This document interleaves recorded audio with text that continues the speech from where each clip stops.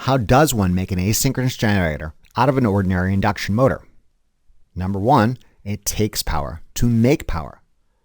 Excite the stator with three-phase AC from some other established source, in this case the existing electrical grid.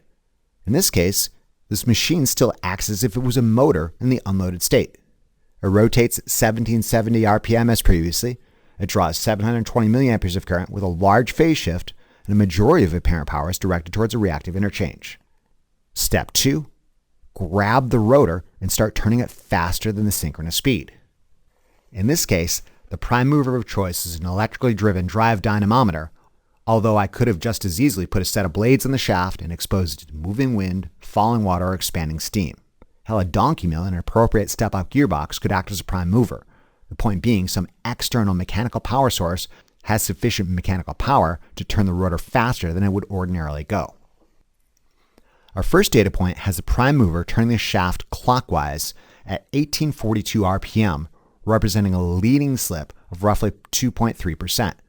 As it does so, it experiences negative 0.5 Newton meters of counterclockwise oppositional countertorque or braking action. An application of the mechanical power formula demonstrates the generator is producing roughly negative 96 watts of mechanical power output. What in the hell is negative 96 watts of mechanical power output? Negative 96 watts of output is a stupid way of saying the generator is consuming 96 watts of mechanical power input. Current magnitude increases to 776 milliamperes with an increasing phase shift 101 degrees. 101 degrees? Beyond 90 degrees? What in the hell is going on here?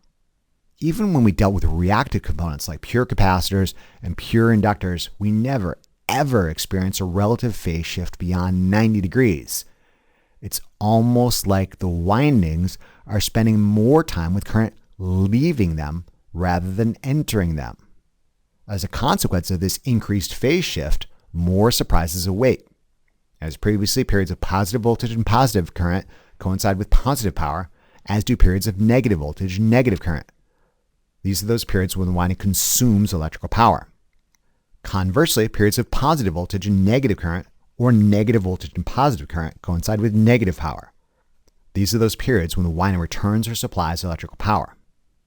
Check it out. Where is the center line for the power curve in purple?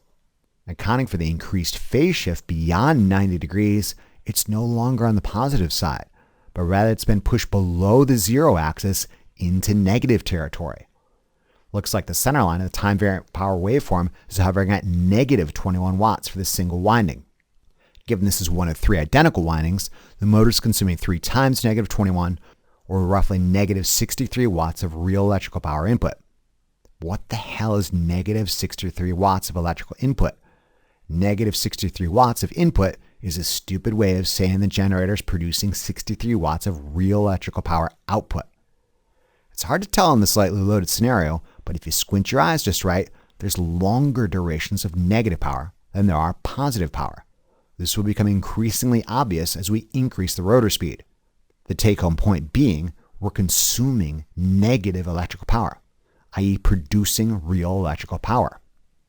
This being said, you'll still note that there's an excess positive and negative reactive interchange to establish the rotating magnetic field. For the single winding, this amounts to roughly 91 VARs. Given this is one of 3 identical windings, the motor is consuming 3 times 91, or roughly 273 VARs of reactive power. Efficiency is no longer calculated as we did in motor mode.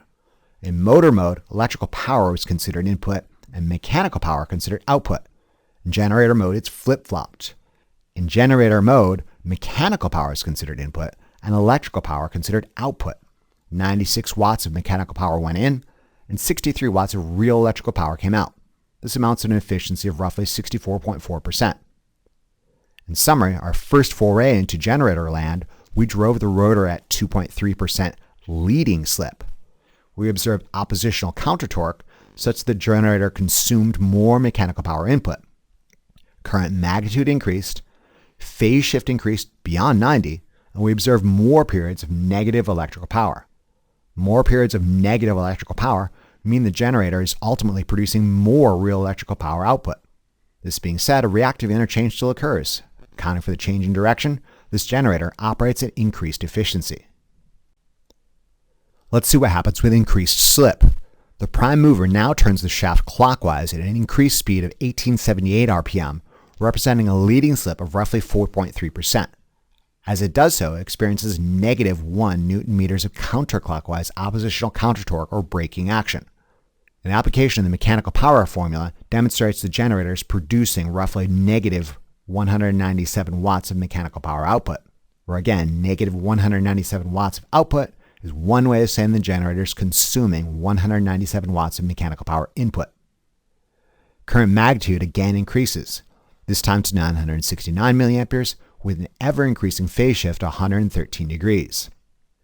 As previously, periods of positive voltage and positive current coincide with positive power, as do periods of negative voltage and negative current. These are those periods when the winding consumes electrical power. Conversely, periods of positive voltage and negative current, or negative voltage and positive current, coincide with negative power. These are those periods when the winding returns or supplies electrical power. If you squint your eyes just right, there's longer durations of negative power than there are positive power. And the center line for the power curve in purple appears to have been pushed even deeper into negative territory, hovering at negative 48 watts for this single winding. Given this is one of 3 identical windings, the motor is consuming 3 times negative 48, or roughly negative 144 watts of real electrical power input. Or again, negative 144 watts of inputs is one way of saying the generator is producing 144 watts of real electrical power output. This being said, you note there's still an excess positive and negative reactive interchange to establish a rotating magnetic field. For this single winding, this amounts to roughly 106 VARs. Given this is one of 3 identical windings, the motor is consuming roughly 3 times 106, or roughly 318 VARs of reactive power. Let's examine efficiency. 197 watts of mechanical power went in, and 144 watts of real electrical power came out. This amounts to an efficiency of roughly 74.3%. If generator mode was symmetric with motor mode, which it isn't, I'd suspect we'd be at peak efficiency. Even if we aren't, we're most likely super close. In summary, this deeper foray into generator land, we drove the rotor at increasing leading slip. We observed increased oppositional countertorque, such that the generator consumed more mechanical power input. Current magnitude increased, phase shift increased, and we observed more periods of negative electrical power. More periods of negative electrical power mean the generator is producing more real electrical power output. This being said, a reactive interchange still occurs. Accounting for the change in direction, the generator operates at increased efficiency. Are we at peak efficiency? Who knows? Let's drive it faster and find out. The prime mover now turns the shaft clockwise at an increased 1911 RPM, representing a leading slip of roughly 6.2%. As it does so, it experiences negative 1.5 Newton meters of counterclockwise oppositional countertorque or braking action. An application of the mechanical power formula demonstrates the generator is producing roughly negative 300 watts of mechanical power output, or more appropriately, consuming 300 watts of mechanical power input. Current magnitude again increases, this time to 1.2 amps, with an ever-increasing phase shift of roughly 123 degrees. As previously, periods of positive voltage and positive current coincide with positive power, as do periods of negative voltage and negative current. These are the periods when the winding consumes electrical power. Conversely, periods of positive voltage and negative current, or negative voltage and positive current, coincide with negative power. These are those periods when the winding returns or supplies electrical power. You don't even need to squint your eyes anymore. There's clearly more periods of negative power, where the center line for the power curve in purple appears to be hovering at negative 76 watts for this single winding. Given this is one of 3 identical windings, the generator is consuming 3 times negative 76, or roughly negative 228 watts of real electrical power input, or more appropriately, producing 228 watts of real electrical power output. This being said, you'll note there's still an excess positive and negative reactive interchange to establish the rotating magnetic field. For the single winding, this amounts to roughly 123 VARs. Given this is one of 3 identical windings, the motor is consuming 3 times 123, or roughly 369 VARs of reactive power.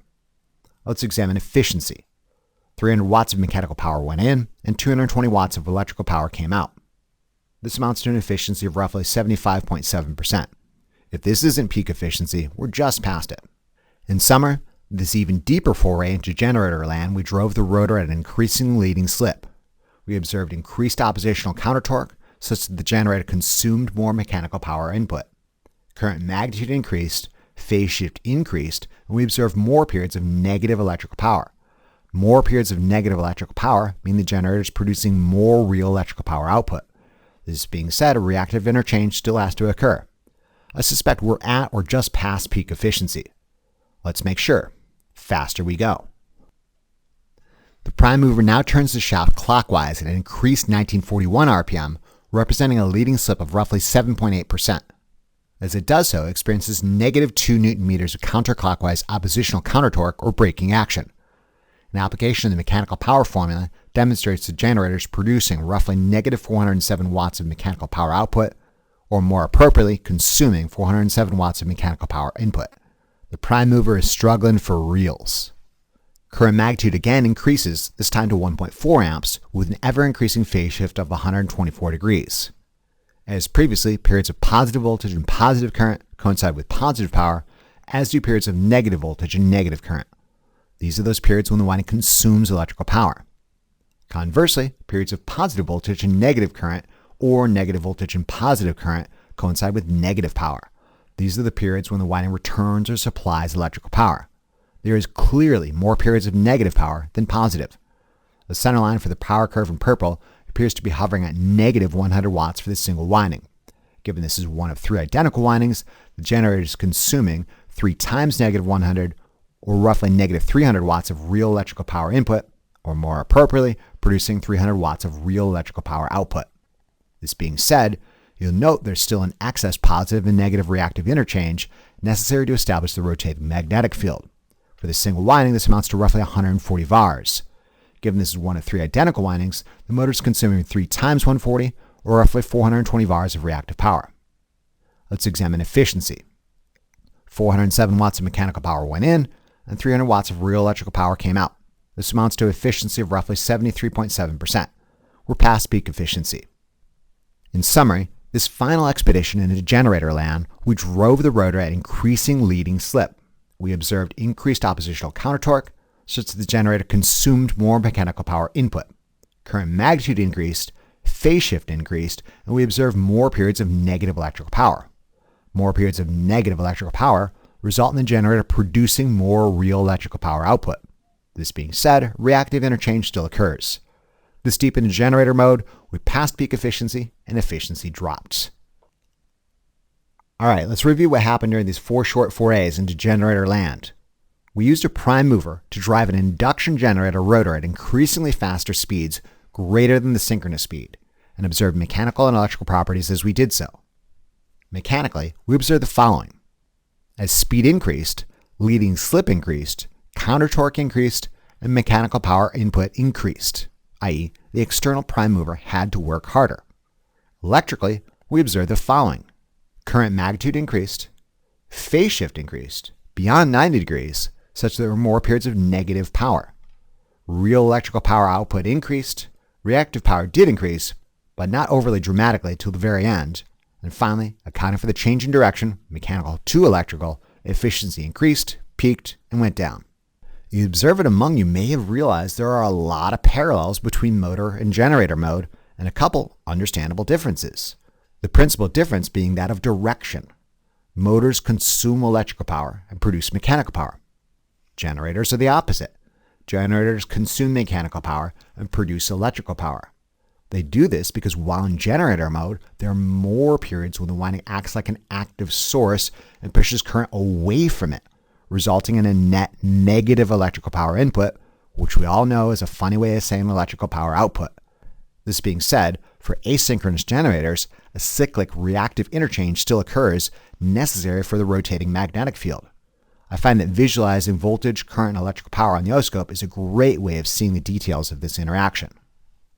Let's talk about some of the similarities and differences between motor and generator mode, beginning with the mechanical properties like speed, slip, torque, and mechanical power. If we're to limit our interest on the far right-hand side of the speed-torque curve, i.e. around the rated condition, you'll recall that increasingly loaded motors slow down with increased lagging slip, increasing torque, and increasing mechanical power output. If we were to plot torque as a function of rotational speed, we might observe the following shape, characteristic of a NEMA Design B squirrel cage induction motor for speeds below the synchronous speed. the product of positive clockwise speed and positive clockwise torque always results in positive mechanical power. The same thing could be said about counterclockwise operation in motor mode. If we assume counterclockwise to be negative, the product of negative counterclockwise speed and negative counterclockwise torque always produces results in positive mechanical power. In summary, motors always produce positive mechanical power output. Conversely, generators driven by an external prime mover go faster than synchronous speed, with an increasing leading slip, increasing counter torque, and increasing mechanical power input. I know we only had time for 4 short jaunts into generator land, but if we took more and more samples, we could extend this plot of speed and torque above synchronous speed. We might observe something like this, where synchronous speed serves as an important dividing line. Below synchronous speed is motor mode. Above synchronous speed is generator mode. Your first assumption is indeed correct. Generator mode is essentially a mirror image of motor mode, although not exactly an identical reflection, as our previous experiment indeed confirmed. You find one aspect or the other might be horizontally or vertically compressed or expanded, depending upon the original design purpose of the device in question. Importantly, in generator mode above synchronous speed, the product of positive clockwise speed and negative counterclockwise torque always results in negative mechanical power output. We all know negative mechanical power output is another way of saying mechanical power input. Generators consume mechanical power. Let's now compare and contrast electrical properties of motors and generators at different points in the speed-torque curve, concentrating our attention around the rated condition, where again the synchronous speed serves as the dividing line between one mode and the other. Increasingly loaded motors draw more current with decreasing phase shift, i.e. higher power factor. Power is the product of instantaneous voltage and current. Increasingly loaded motors experience more periods of positive electrical power consumption. This being said, induction motors necessitate the consumption of reactive power to create the rotating magnetic field, so there always exists equal and opposite exchanges of reactive power. Conversely, generators driven faster than synchronous speed produce more current with increasing phase shift. Again, power is the product of instantaneous voltage and current. Generators driven faster than synchronous speed experience more periods of negative electrical power consumption, i.e. electrical power output. Like motors, induction generators similarly necessitate the consumption of reactive power to create the rotating magnetic field, so there always exists equal and opposite exchanges of reactive power. A quick note on phase shift for generator mode. The observant will note I've dropped the term power factor for generators because certain individuals, myself included, consider it poor form to have a negative power factor figure, which is exactly what you get when you take the inverse cosine of any phase shift beyond 90 degrees. While mathematically correct and admittedly explicable, it still gets on my nerves. Some other individuals may or may not have this innate prejudice, so be aware of this fact. Ultimately, a negative power factor is one way of saying phase shift is greater than 90 and more time is spent with the current leaving the generator than entering. Last but not least, both motors and generators experience low efficiency in a no-load state, increasing efficiency as they approach the rated condition where efficiency peaks, followed by a subsequent decline. Importantly, below the synchronous speed, i.e. in motor mode, efficiency is usable mechanical power output over real electrical power input. Conversely, above synchronous speed, i.e. in generator mode, efficiency is usable real electrical power output over mechanical power input. If you think about it, motor and generator mode for the same electrical machine aren't all that different from one another, and any differences you do observe are kind of like mirrored reflections of the other mode. I think the take-home point about asynchronous generators is that while there always exists equal and opposite changes of reactive power, average power consumption is negative below the horizontal axis, where negative real electrical power consumption is electrical power output. Above the synchronous speed, an asynchronous generator winding spends more time pushing current away from it than from drawing it in. In addition to demonstrating the mechanical and electrical properties of motors and generators at different points in the extended speed-torque curve, this exercise served an additional purpose. Notably, it served to demonstrate how supremely easy it was to make an asynchronous generator. All I needed was an existing three-phase AC connection and a prime mover with sufficient strength to turn the rotor of an off-the-shelf squirrel cage induction motor faster than the synchronous speed. At no point did I have to synchronize voltage magnitude, frequency, and phase shift with the grid, nor make any perfectly timed connections. The squirrel cage induction machine is entirely capable of seamlessly switching from one mode to the other, motor or generator. As we'll soon learn, this is not always the case for other types of generators, notably synchronous generators, where all these complexities must be accounted for using more complicated control schemes. Like I mentioned earlier, asynchronous generators are an extremely inexpensive means of converting the mechanical power of moving wind, falling water, or expanding steam into electrical power for industrial or commercial use. All right, before we bring this lecture to a close, I'd like to quickly discuss one other application of asynchronous generators besides their obvious application to power modern society. Rather than announcing this application up front, see if you can guess what I'm talking about using this super contrived example. Consider a 3-phase AC squirrel cage induction motor with 2 pole pairs per phase intended to operate at 60 Hz. This results in a synchronous speed of 1800 RPM.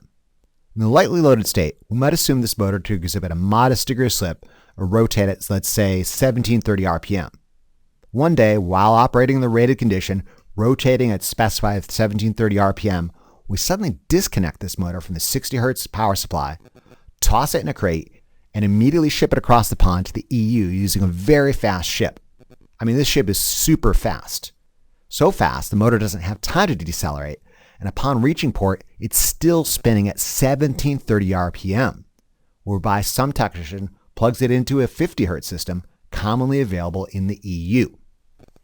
What happens? At 50 Hz, the natural synchronous speed for a 2-pole pair per phase motor is only 1500 RPM. With the rotor still spinning at 1730 RPM, 230 RPM in excess of the synchronous speed, we are in generator mode. The rotor experiences oppositional counter torque and starts slowing down. Any mechanical power absorbed during the deceleration process is converted to electrical power output. Just before reaching the synchronous speed at 50 Hz, we repeat the process, unplugging the motor and packing it again on a super fast boat, only this time switching the destination to some other country with a 40 Hz grid. Again, with the rotor spinning above the new synchronous speed at 40 Hz, it experiences counter torque and decelerates. Any mechanical power absorbed during the deceleration process is converted to real electrical power output. After 40 Hz, 30 Hz, after 30 Hz, 20, and so on. Each time the rotor is in excess of the reduced synchronous speed, it enters generator mode, and any mechanical power absorbed during the deceleration process is converted to electrical power output. What is this application I've just described? If you said regenerative braking, you're right. Obviously, we're not shipping motors back and forth to different countries with different excitation frequencies, but the larger point remains valid. Anytime you change the excitation frequency for a motor, you're changing where the boundary of motor and generator mode lies.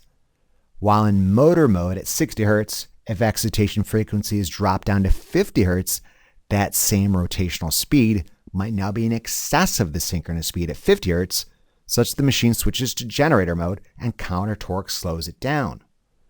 Once it decelerates close to the new synchronous speed, we again ramp excitation frequency down so it's again on the generator side of the divide, such that counter torque continues to decelerate the rotor, exporting real electrical power as it does so.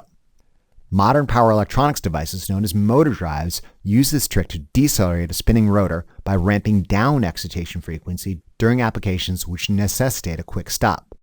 Any mechanical power absorbed during the deceleration is converted to electrical power output, contributing to the efficiency of the larger system.